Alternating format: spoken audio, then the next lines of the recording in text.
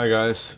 Um, this will be just a general information and care for flower horns. Not in specific strains, but just general flower horn care guide video. Um, so flower horns, I think they originated in the 90s or the 80s. Exactly what cichlids made them is not fully known. I think something Midas, another parrot, and I think the Vieja for the Confas, I think. I can't quite remember all the information, but there's a bunch of different cichlids that made them. Um, but they don't need water like most South Central American cichlids do. They're kind of on the harder side and higher pH side of things. Um, so they do they do um, they do grow to about 12 to 14 inches. So they will need a bigger tank. I think like 75 minimum for the average fish keeper for one. I mean, you could get away with smaller, but you will have to do a lot more maintenance.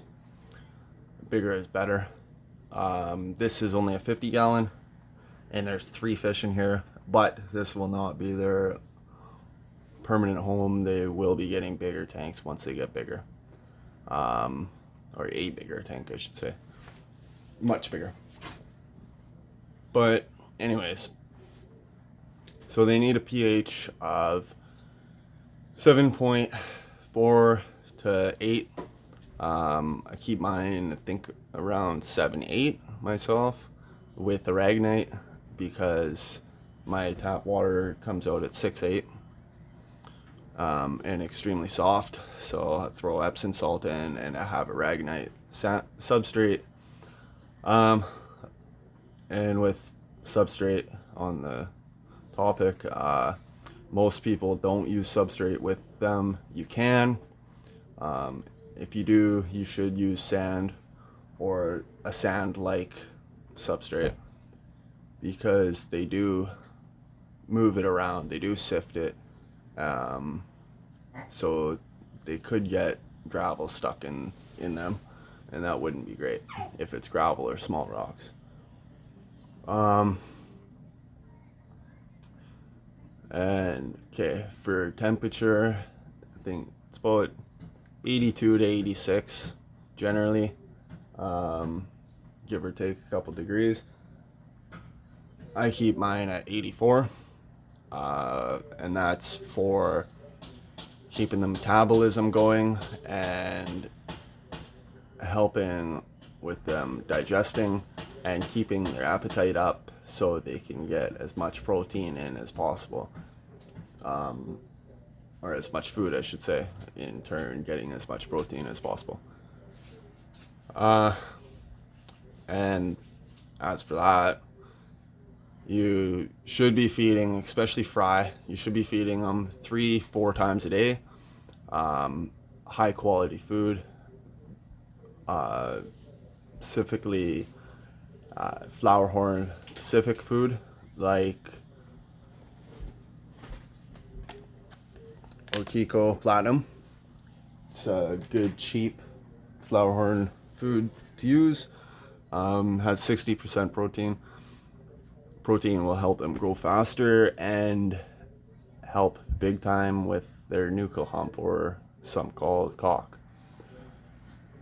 And for the red dragons or any with any red pigment, you can either get the Ever Red and Red Sin, but you can also just use the blood Hikari blood parrot red pellets. They work just as good and a lot cheaper, and you get a lot more. feeding, so you're feeding them lots. They're very messy eaters. Generally, you want to raise them in smaller tanks and upgrade the tanks as they get bigger. That's the good thing for them, is you can start off small and you can grow your hobby along with the fish, which makes things easy. And they're very hardy fish, so they can handle quite a few of the first time fish keeper mistakes, as long as they're not major. So you can start them off in a 15 or 20 or 29, and then grow the tank size as they grow. It makes them feel more secure, makes them feel more comfortable being in a smaller tank. But you got to make sure that is not permanent. You do have to give them adequate water capacity, because they are messy and they eat a lot.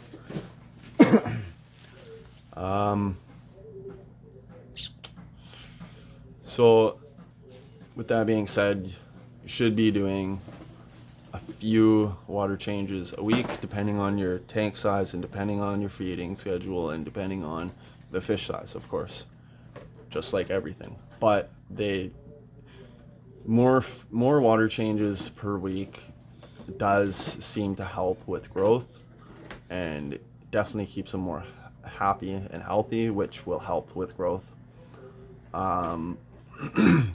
And face it, really the only reason why you would buy a Flowerhorn is for the attributes that they do have. So you'd want those to be maximized as much as possible. I do 50% water change every 3 days, and they're small fish, so even the big one is only 4.5 inches. So the nitrates don't get above 15. But well, there's 2 females in the tank on either side. The middle one is a male, and he's showing very good promise at less than 2 inches long, and he's already got a small nuchal hump that's only started in the last week. A week ago he had nothing. It was just flat, just like the female, but then he popped. So I want to keep them as happy and healthy as possible, because I would really like to see his nuchal hump grow massive. Which is the coolest thing about these fish. So there's a lot of different Flowerhorn strains, but the easiest ones to keep, the most hardy, the most readily available, the cheapest, the most often fertile are the ZZ strains. Like the 2 red dragons that are in here right now, and then kind of the Thai silk. The Thai silk is a fader silk, so I don't know if it'll be fertile or not, but he's got white or red eyes, doesn't have white eyes, so it's a good sign. We'll find out with the future, because I would like to try to breed them. What else?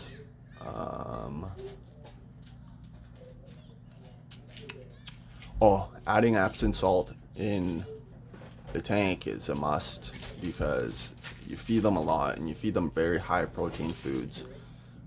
You want them to digest it as easily as possible, and Epsom salt will help with that greatly.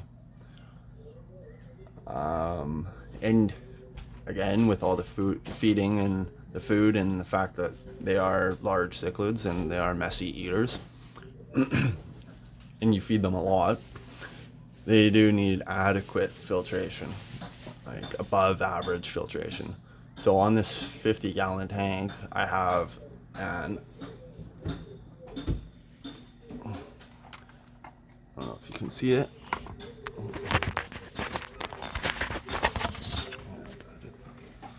An FX4 running at full capacity on a 50-gallon tank. So this tank is probably getting turned over. What's that? There's 500 gallons per hour for an FX4, and it's a 50-gallon tank, so that's 10 times over, which is pretty good for 3 fish, and one of them's relatively small and 2 of them are still basically fry. So but that's what's necessary with them. And then I've also got pothos up top growing to help with keeping a little bit of nitrates down. They're not a lifesaver, but they will help.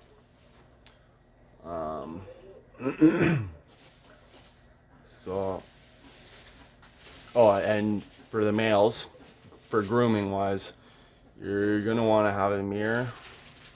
So in this instance, I have a mirror in the tank 24/7. He's a little too small, so he doesn't have much aggression yet. But he's got a mirror, and he can see through to both sides. So once he starts getting a bit bigger and gets the aggression going, he will be able to fight through the glass, and he'll be able to fight himself in the mirror. And that will help with the coloration and his nuchal hump and his appetite. And then his appetite will help with all that as well. I don't know, I think that is it. There are other videos on specific strains.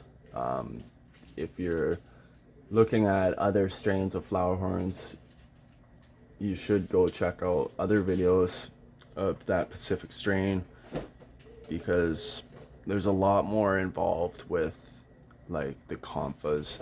I think there's a bit more with the magmas, and yeah, it's all, they start getting more delicate. The fancier you get, the more delicate they are. And especially with the grooming is very difficult, but very necessary with the higher end Flowerhorns. But with these cheap, shitty ZZs, they're just like every other fish, except you need good, extremely high filtration, which you should have with all fish anyways, but it is a must with them, and you got to feed them a lot.